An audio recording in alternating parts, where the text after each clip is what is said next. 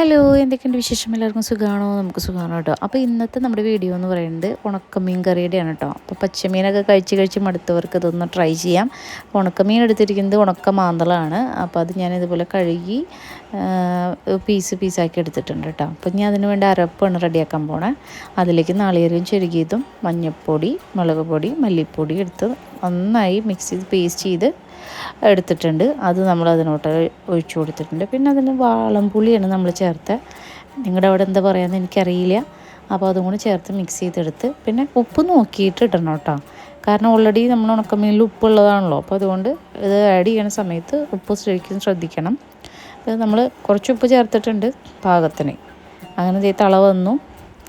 അതിൽ നമ്മൾ ഉള്ളി അരിഞ്ഞ് നമ്മൾ മൂപ്പിക്കാൻ പോവുകയാണേ. ഉള്ളി അരിഞ്ഞ് വേപ്പിൻ്റെ ഇലയൊക്കെ ഇട്ട് അതൊന്ന് മൂപ്പിച്ച് അതിലേക്ക് ഒഴിക്കുക വേണ്ടോ. ഭയങ്കര സിമ്പിളാണ്. അപ്പോൾ ഈ പച്ചമീനൊക്കെ കഴിച്ച് മടുത്തവർക്ക് ഇതൊന്ന് ട്രൈ ചെയ്യാം.